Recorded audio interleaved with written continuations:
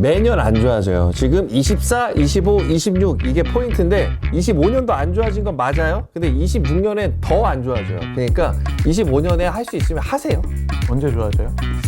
이제 끝났지 사실. 이제 끝났어요. 25년이 끝이야 내가 봤을 때. 안녕하세요, 로뎀 세무 법인입니다. 오늘은 또 많이들 궁금해하시고 올해 들어오면서 개정세법이랑 또 내년에 들어가면서 또 많이 바뀌는 창업 감면에 대해서 들고 왔어요. 저희 세무법인 채널에 이 영상이 참 많긴 한데 저는 개인적으로 지금 영상 참 중요하다 생각해요. 왜냐면 올해 많이 바뀌었고 그리고 내년에 가면서 또 천지개벽을 하기 때문에 이 영상 꼭 잘 시청해 주시기를 바랄게요. 그래서 또 창업 중소기업 세액 감면 전문가 우리 지재훈 대표를 모셨습니다. 네. 또 왔습니다. 창업 감면에 대해서는 로뎀보다 전문 세무법인은 거의 없다고 봐야 그렇죠? 돼요. 연구도 많이 하고 있고 우리 세무법인이 또 신생업체들이 또 많이 들어오시다 보니까 이 창업에 대한 이슈가 참 많이 발생하는 세무법인인 것 같아요. 그래서 창업하신다면은 로뎀 세무법인 너무 잘하는 것이니까 참고해 주시고요. 창업 감면에 대해서 지금까지 내용은 제가 잠깐 설명을 드리고 지 대표는 개정 내용을 좀 위주로 설명을 드려 주셨으면 좋겠어요. 네, 이 영상을 처음으로 저희 세무법인 영상을 접하실 수도 있다 보니까 창업 중소기업 세액 감면은 뭐냐? 창업에 대한 정의를 먼저 잘 아시고 그리고 이게 감면이 들어가느냐 여기까지 잘 판단을 하시면 되는데 창업은 내가 이 업종을 생애 처음 창업했냐 이 행위를 너무 중요하게 생각해요. 그래서 개인 사업자라면 사업자 등록증을 낸 거 그리고 법인이라면은 법인 설립 후 사업자를 낸 거 이런 것들이 참 중요하게 생각하는데 이 창업을 만족을 먼저 하시고 그거를 지역과 나이의 요건에 맞게 25년에는 100%까지 적용을 해주고 있어요. 이게 2026년에 가면은 많이 변경이 되는데 그건 우리 지 대표가 다음에 설명을 해주시는 걸로 하고 자세한 내용은 저희가 그 전에 찍은 2024년에 찍은 영상도 있잖아요. 뭐 해당 업종은 뭐다 쫙 설명도 드리고 그리고 그 업종별로 청년은 뭐 100%고 비청년은 50%고 지역은 어떻게 봐야 되고 이거 지금 설명드리면은 그냥 끝나버릴 것 같아서 기본 내용은 전 영상을 좀 봐주시면 감사드리겠고요. 그러면 이번 영상은 개정세법에 대해서 포커스를 좀 맞춰볼게요. 일단은 개정이 2년에 걸쳐서 됐어요. 24년에서 25년으로 그리고 25년에서 26년으로 다 의미가 있거든요. 그래서 작년에 제가 이거 24년 넘어가기 전에 창업하신 것도 좋다 이렇게 설명했었는데 이제 25년이죠? 다시 한번 권장 드릴게요. 25년 안에 창업하는 것도 너무 좋아요. 이런 거에 대한 구체적인 설명은 우리 지 대표가 좀 부탁을 드릴게요. 우리 개정세법이 25년과 26년이 구분되는 이유가 감면율에 적용이 대한 게 좀 달라지는 게 있어요. 그 전에 먼저 앞서 25년에 창업을 하시면 어떤 혜택을 받을 수 있는지 제가 먼저 설명을 드리는 게 좋을 것 같아요. 이전에는 우리 개인 사업자 같은 경우에는 청년 창업 100% 감면에 적용받으면 연간 순이익이 30억이 된다고 하더라도 그 30억에 대해서 모두 감면을 받을 수가 있었어요. 하지만 25년부터 창업하는 사업자분들은 연간 5억 원의 한도로 우리가 감면에 적용받을 수 있기 때문에 개인 사업자가 연간 5억 원 한도로 감면을 모두 받게 된다고 하면 순이익이 거의 12억 5천 정도 돼야 되고 법인 같은 경우는 27억 정도 돼야 되거든요. 물론 5억 원이란 이 세금 자체가 굉장히 크지만 그보다 더 많은 이익이 나셨던 이제 대표님들은 조금 한도가 줄어들 수가 있다. 그리고 기존의 신성장 서비스업이라고 하는 감면에 대한 우대가 있었던 업종에 대해서 이제 없어졌어요. 이전에는 3년간 75% 세율 감면에 적용받고 그 다음에는 50% 감면을 받을 수 있었는데 이것도 25년도에 없어졌죠. 그리고 또 하나 또 핵심적인 게 통합고용세액공제라는 게 있어요. 이게 사람 채용하면은 거기에 따라서 1년에 최대 1,550만 원씩 3년을 해주는 그 엄청난 혜택이 있는데 그게 24년 창업 사업자까지는 중복이 됐어요. 창업 감면이랑. 이게 얼마나 무시무시하냐면 만약에 창업 감면을 50% 받는 분이에요. 그리고 직원이 3명이에요. 한 5천만 원 그 통합고용세액공제가 적용되는 분이었다면은 창업 감면을 먼저 받고 그리고 고용증대까지 받고 근데 고용증대가 남으니까 이거는 2월 시켜주고 이러다 보니까 이게 막 떼고 굴러가지고 5년 뒤에 가보면은 막 세액공제 받을 수 있는 게 몇 억씩 쌓여있고 이런 게 있었거든요. 근데 이걸 막아놨어요. 이제 중복 배제 둘 중에 하나만 먹어라. 창업 감면만 먹던가 아니면 이 인원수 증가에 대한 통합고용세액공제만 먹던가 이거를 25년 창업 사업자부터는 막아놨다는 거예요. 사실 24년에 저는 이거 굉장히 큰 혜택이라 생각했거든요. 네. 그래서 창업 감면이 끝나도 이 고용증대 세액공제가 워낙 남아있으니까 6년차, 7년차, 뭐 10년차까지 이 공제를 다 먹을 수 있었는데 이제 25년 창업 사업자들은 비교해야죠. 나한테 뭐가 유리한지. 창업 감면이 유리할지 아니면 이 고용증대를 내가 먹고서 2월 시켜서 먹는 게 유리할지 고민을 해야 되는 개업 시기가 되어버렸다. 이거는 뭐 제가 봤을 때는 25년의 개정 세법으로는 이게 좀 가장 크리티컬하지 않았나. 25년에도 좀 안 좋게 바뀌었는데 26년으로 넘어가면서 더 크리티컬해요.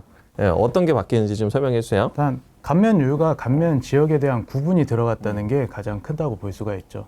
청년 창업 감면의 경우 수도권 과밀억제권역 내에서만 하면 50%였고 그 외로만 가면 100% 감면이 됐는데 중간에 하나가 더 생겼어요. 수도권 지역이라는 게 생겼는데 수도권 지역은 인천, 경기를 포함해서 원래 수도권 과밀억제권 내로 보일 수 있었던 송도나 안산이나 김포나 용인이나 화성 이런 데들은 또 경제자유구역 등 아니 그랬기 때문에 100% 감면을 받았었잖아요. 근데 이제 26년 창업하는 분부터는 75% 감면으로 줄어들었어요. 근데 75% 감면도 굉장히 많이 받는 것 같지만 청년 창업 100% 감면을 제외하고는 또 최저한세라는 걸 적용받잖아요.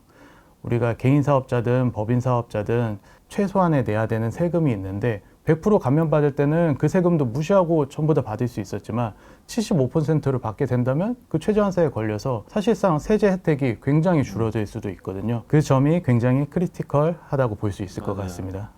사실 수도권 과밀억제권역이랑 수도권의 개념은 한 끗 차이인데 네. 수도권이라는 게 서울, 경기, 인천이거든요. 이걸 다 포함해요. 거기에서 수도권 과밀억제 권역이라는 거는 일부 목적하에 몇 군데를 좀 뽑아서 제외시켜 준 거예요. 근데 이거 다 무시하겠다. 제가 있는 송도도 경제개발자유구역으로 수도권이지만 수도권 과밀억제 권역 밖이었어요. 그것도 없어졌다. 그 송도에서 창업하시면 25년까지는 100%인데 26년부터는 75%다. 이렇게 이해해 주시면 좋고, 우리 지 대표가 말한 것 중에 최저한세 얘기를 했는데 제가 그냥 예시 하나 들어주고 싶었어요. 세액이 3천만 원이 나왔다, 종합소득세가. 원래는 청년이고 송도에서 창업했으면 이거 안 나왔어요, 아예. 근데 내년에 개업하면은 75% 감면을 적용받지만 3천만 원 이내에서는 최저한세, 내 세금 내야 될 거에 35%라는 거는 내라. 그렇게 돼 있고 3천만 원 넘어가면 심지어 이게 35에서 45로 바뀌어요. 그러면 내가 아무리 75% 창업 감면을 먹어도 최저한세 때문에 다 못 먹어요, 이거. 75%라는 거는 그냥 보여주기식 그 율밖에 안 되고, 결국은 나는 내가 내야 되는 세금의 35%나 45%는 무조건 내게 된다. 이렇게 이해하시면 돼요. 표면적으로도 엄청 차이가 많이 날 거예요. 세금 1억 내는 사람이면은 4,500만 원을 그냥 내야 된다는 거예요. 원래는 100% 감면받아서 아예 안 낼 수도 있던 사람이. 이렇게 이해를 좀 해 주시고요. 그래서 저는 올해에서 26년으로 넘어갈 때 더 권장드리고 싶어요. 25년에 창업을 할 수 있는 사람이라면 지금 내자, 사업자 등록증. 이게 창업 감면이라는 게 유예시켜 주거든요. 사업자 등록 시점이 창업일이에요, 개인 사업자는. 그렇기 때문에 내가 올해 내놨으면은 매출이 없고 마진이 안 남아서 실제로 손실을 본 상황이면은 이게 5년을 시켜줘요. 근데 25년에 냈기 때문에 25년 세법을 끌고 가요. 근데 내년에 냈으면 26년 세법으로 이제 쭉 가는 거예요. 그러니까 지금 내놓고 결손 내놓더라도 좀 끌고 가는 것도 저는 낫다. 이거 24년에도 제가 말씀드렸는데 25년에는 진짜 중요한 시점이 된 거는 맞다. 26년 가면은 분명히 땅을 치고 후회하시는 분들 있을 거예요. 이거는 탈세 아니에요, 절세예요.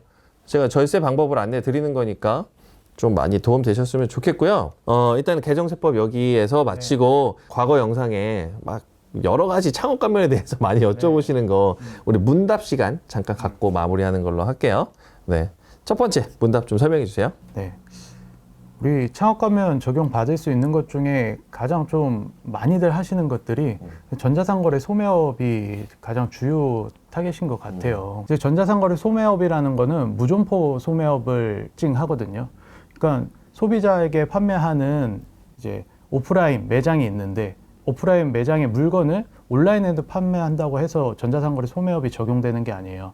그러니까 예를 들어서 음식점 업을 하고 있으신 분이 밀키트를 또 새롭게 제조해서 그걸 온라인에 판매한다면 그건 무점포 소매업이 될 수가 없어요. 그런 것들은 전자상거래 소매업이 아닌 음식점업이니까 창업감면 적용이 좀 불가하다. 전자상거래 소매업에 대해서 오해를 좀 안 하시길 바라겠습니다. 그것도 많이 물어보는 게 우리 나 이거 사업장 양수했는데 인수 받았는데 이거 창업이냐 이것도 참 많이 물어보시잖아요. 그러니까 이거 음식점업을 조금 제가 예시를 들어서 설명하면 좋을 것 같은데 한식 음식점을 하셨던 분이 있었던 그 시설을 가지고 내가 외국 음식점업을 한다면 그거는 창업으로 볼 수 있거든요. 그러니까 동일 업종을 하는 게 아니라 세 분류가 다른 새로운 음식점업을 창업한 것으로 보니까 꼭 포괄 양도 양수 요건에 대해서 권리금을 준 거가 대상이 되는 것은 아니라고 말씀드릴 수가 있습니다. 그리고 보통 법인 전환 하실 때 이거 창업감면도 승계돼야 되잖아요. 네, 맞아요. 네네. 요거 요건도 좀 설명해 주세요. 우리가 조세특례제한법에서 규정하고 있는 세감면 포괄 양도 양수라는 게 있어요. 그럴 경우에는 우리 개인 사업자 분이 최대 주주, 그러니까 100% 주주가 돼서 법인 전환을 하면 잔존 기간 동안 다시 법인에서 감면을 받을 수가 있거든요.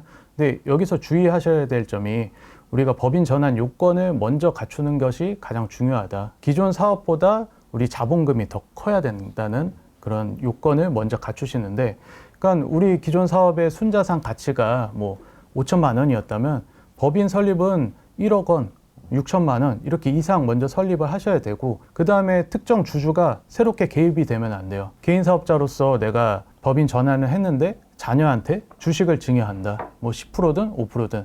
그러면 우리 세감면 포괄 양도 양수 조건이 깨지거든요. 그럴 경우에는 잔존 기간 동안 감면을 받을 수 없게 되니까 감면을 받는 기간 동안은 100% 주주를 꼭 유지해 주셔야 됩니다. 그리고 또 그냥 되게 쉽게 생각하시는 경우도 있어요. 아, 내가 처음에 개업을 내 이름으로 했는데 그거를 뭐 배우자 이름으로 바꾼다든지. 창업은 처음에 창업을 누가 어디서 했느냐가 되게 중요하거든요. 이런 거 요건 하나하나 잘 판단 받아보시고 본인이 창업 감면에 해당이 된다면 5년간은 웬만한 액션 안 하시는 게 좋고, 그 사이에 지금 우리 지 대표가 말씀하신 그 법인 전환 이슈를 제외하고 저는 명의 바꾸거나 뭐 그러는 거는 별로 추천드리고 싶지는 않더라고요. 그리고 제가 여기서 되게 많이 권장하고 싶은 거는 우리 창업 감면 관련해 가지고 공유 오피스 이용하시는 분들 참 많아요. 계속 누누이 말씀을 드리는데 창업 감면 받으려고 또는 비율만 올리려고 공유 오피스에서 주소만 따는 행위는 굉장히 위험하다. 이건 국세청에서 이것만 타겟으로도 세무조사를 진짜 많이 해요. 실제로 우리 거래소 대표님들, 그리고 밖에서 조사 당하시고 저한테 조사 대행해달라고 오시는 분들 약간 유행처럼 이 일이 참 많은 것 같아요. 창업감면 받으시는 거 너무 좋아요. 실질에 받고 그리고 받아야 되는 상황이라면 무조건 오케이.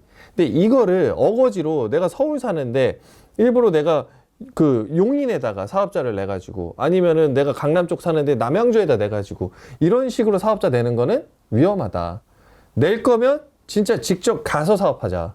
저 그러신 분들이 있어요. 지금 저희 잠실에 사시는 우리 거래소 대표님인데 저희 송도에 있는 저희가 운영하는 공유 오피스에서 진짜 방 하나 얻으셔가지고 맨날 출퇴근하셔서 업무 거기서 다 보시거든요. 이거는 맞지. 사업장의 정의를 충족하지. 그래서 대표님 이거 맞습니다. 하십시오. 그 실제 콘텐츠 만드시는 분인데 콘텐츠 와서 다 만드시고 저는 오케이 그런 거는. 근데 그게 아니고 주소만 따고 이런 거 진짜 위험할 수 있으니까 그런 거 좀 주의를 해주시고요.